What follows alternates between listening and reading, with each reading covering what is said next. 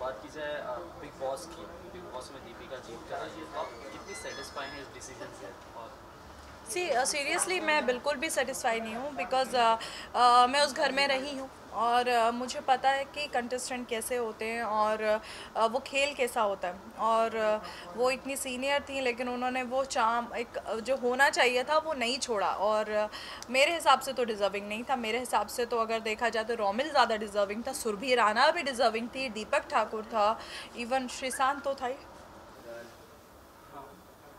Ready Arvind, ready ready. So Arshi, first of all happy new year. Happy और new year. नए साल की शुरुआत हो चुकी, सो मकर संक्रांति आने वाला है, क्या कुछ प्लान्स है आपके, क्या कुछ? मकर संक्रांति मेरे लिए, मैंने जैसा अभी इंटरव्यू में बोला है कि मैं थोड़ी कंफ्यूज रहती थी बचपन में कि मकर संक्रांति और शब बारात सेम है। तो मैं सोचती थी जो हिंदू रिलीजन है वो लड्डू बनाते हैं और जो मुस्लिम है वो मिठाई या फिर हलवे बनाते हैं। तो अभी मुझे पता चलता है कि नहीं नहीं नहीं नहीं, ये सब अलग है और इस पर पतंग उड़ाई जाती है और बड़े अच्छे तरीके से मनाया जाता है इन हिंदू रिलीजन में। इवन इन मुस्लिम ऑल्सो बहुत सेलिब्रेट करते हैं, मैं भी सेलिब्रेट करती हूँ, तो देखेंगे मनाएंगे। सो क्या कुछ प्लान्स होते हैं, कुछ खाने में पीने, मतलब क्या कुछ होता है प्लान उसके बारे में? मैं ज़्यादा फूडी नहीं हूँ लेकिन जब दिल चाहता है तो बहुत खाना खाती हूँ। कभी कभार मतलब मंथ में एक दो बार अच्छे से खाना खा लेती हूँ। उस बार मैं सोचती नहीं हूँ कि कितना खा लिया क्या कर लिया, क्योंकि वो मैं नेक्स्ट डे कवर अप कर लेती हूँ। तो देखेंगे, अच्छा ही खाना, बहुत लड्डू तो ज़रूर खाऊंगी मैं। कोई फेस्टिवल या कोई त्यौहार आता है तो आपके लिए कितने मायने रखता है, आप कितना उसे एंजॉय करती हैं आप? तो मैं बहुत इन्जॉय करती हूँ, वो किसी भी रिलीजन का हो, मुझे बड़ा मज़ा आता है, चाहे दिवाली हो, होली हो, और ईद तो मेरा फेवरेट है, तो मैं बहुत अच्छे से इन्जॉय करती हूँ। सो अगर बात की जाए बिग बॉस की, बिग बॉस में दीपिका जीत कर आई है, तो आप कितनी सेटिस्फाई हैं इस डिसीजन से? और सीरियसली मैं बिल्कुल भी सेटिस्फाई नहीं हूँ बिकॉज़ मैं उस घर में रही हूँ और मुझे पता है कि कंटेस्टेंट कैसे होते हैं और वो खेल कैसा होता है और वो इतनी सीनियर थी लेकिन उन्होंने वो चार्म एक जो होना चाहिए था वो नहीं छोड़ा और मेरे हिसाब से तो डिज़र्विंग नहीं था। मेरे हिसाब से तो अगर देखा जाए तो रोमिल ज़्यादा डिज़र्विंग था, सुरभि राणा भी डिज़र्विंग थी, दीपक ठाकुर था, इवन श्रीशांत तो था ही।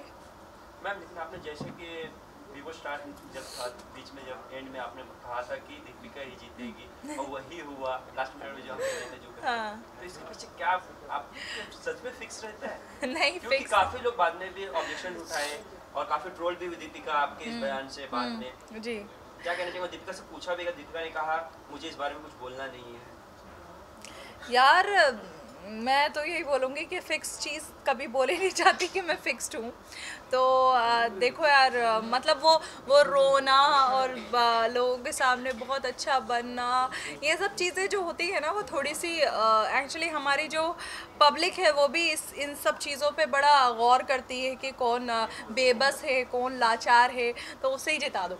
तो वो मुझे थोड़ा लग रहा था दिमाग के लेकिन अंदर आपने बिकॉज क्लियरली कहा था कि ये फिक्स है, ये बिग बॉस ये फिक्स होता है, सिर्फ जो मैं खेली तो वो फिक्स नहीं था, बाकी सब फिक्स है। सी इस बारे में क्या कहना है? मैं क्लियरली हमेशा ये चीज़ बोलती हूँ कि अगर हमारा सीज़न देखा जाए तो शिल्पा को मेरे हिसाब से अगर शिल्पा को मेरे हिसाब से वो लोग विनर नहीं बनाते, उनके पास बहुत सारे ऑप्शंस थे अगर वो अंदर से करना चाहते। तो मैंने हमेशा यही बोला है कि शिल्पा को जनता ने विनर बनाया है बिकॉज इवन शिल्पा भी हाँ एक है। हाँ, जनता ने बनाया है, क्योंकि पब्लिक ने उसके लिए इतना ट्रेंड चलाया, इतने ट्विटर्स पे थे उसके और इतने चाहने वाले थे। उसका जो भाभी जी कैरेक्टर था, मैं भी बहुत बार ये चीज़ बोली हूँ कि जब मैं बिग बॉस में गई थी तो मुझे नहीं पता था कौन सेलिब्रिटी है।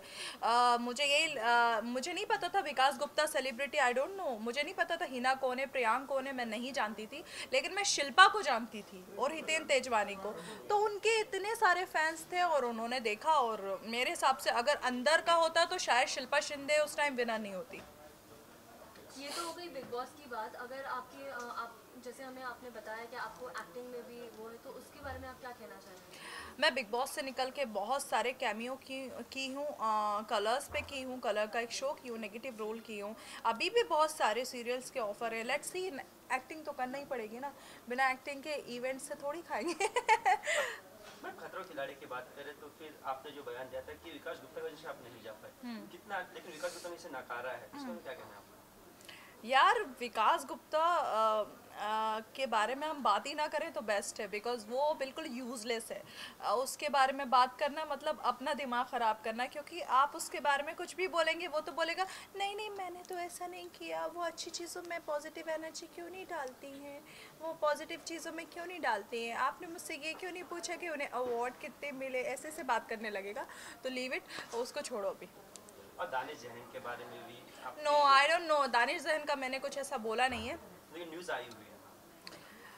मैंने कुछ दानिश जहन का ऐसा कुछ बोला ही नहीं है। मैंने सिर्फ ये बोला था कि दानिश जहन के लिए जो शिल्पा ने ट्वीट किया था उसको मैंने रीट्वीट किया था, दैट्स इट।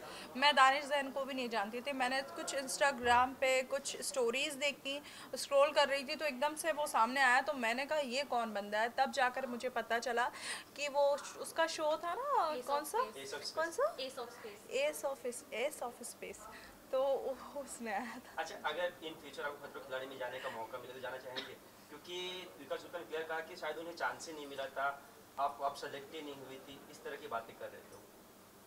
विकास गुप्ता भी तो सिलेक्ट नहीं हुआ था, एकदम से कैसे चला गया? विकास गुप्ता की तो न्यूज़ में ही नहीं था कि विकास गुप्ता जा रहे हैं या नहीं जा रहे हैं। खैर सी, एक ही शो थोड़ी है खतरों के खिलाड़ी या फिर बिग बॉस, बहुत सारे शोज़ हैं, बहुत सारे प्रोड्यूसर्स हैं, बहुत सारे चैनल्स हैं, बहुत सारे डायरेक्टर्स हैं, और ऊपर वाले ने अगर आपकी किस्मत में काम लिखा है तो ज़रूरी नहीं है कि आप कलर्स पे ही काम करेंगे, बहुत सारे चैनल्स हैं काम देने के लिए।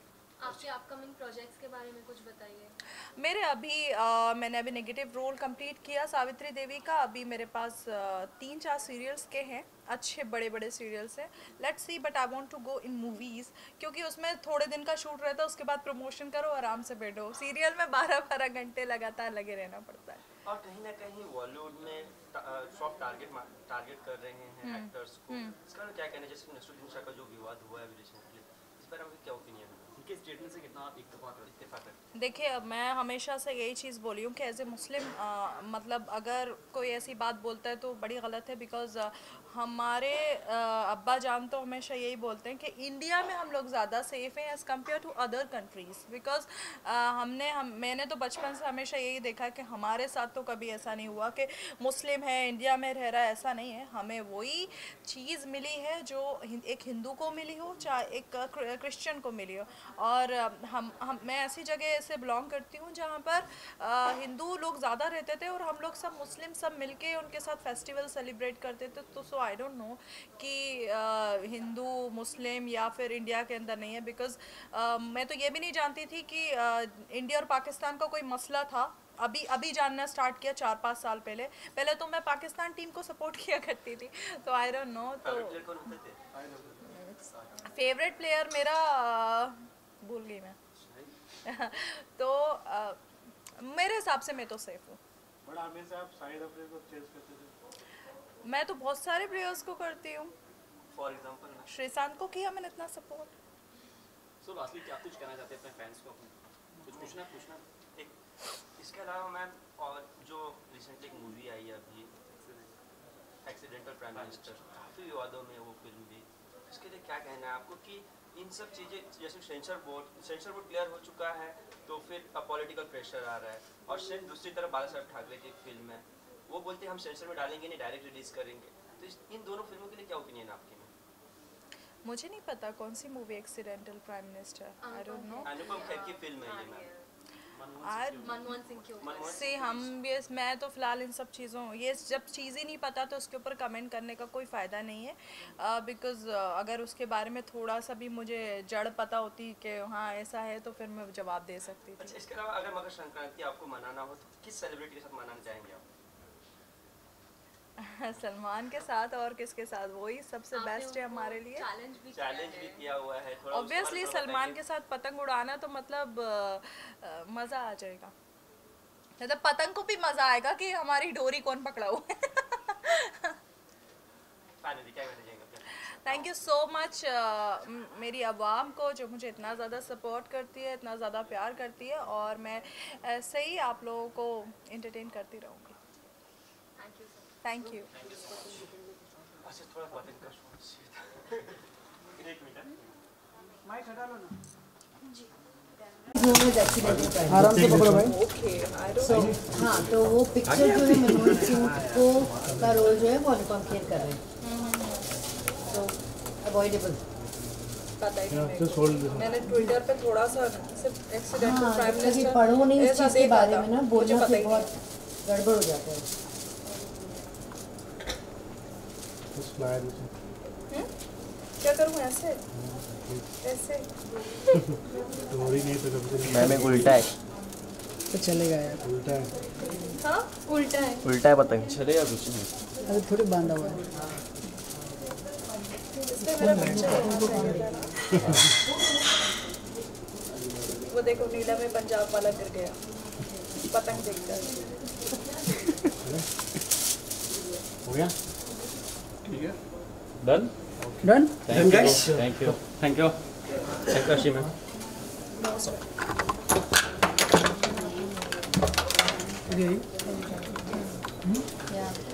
It's different. That is different. This is Teletrans. All are different. And this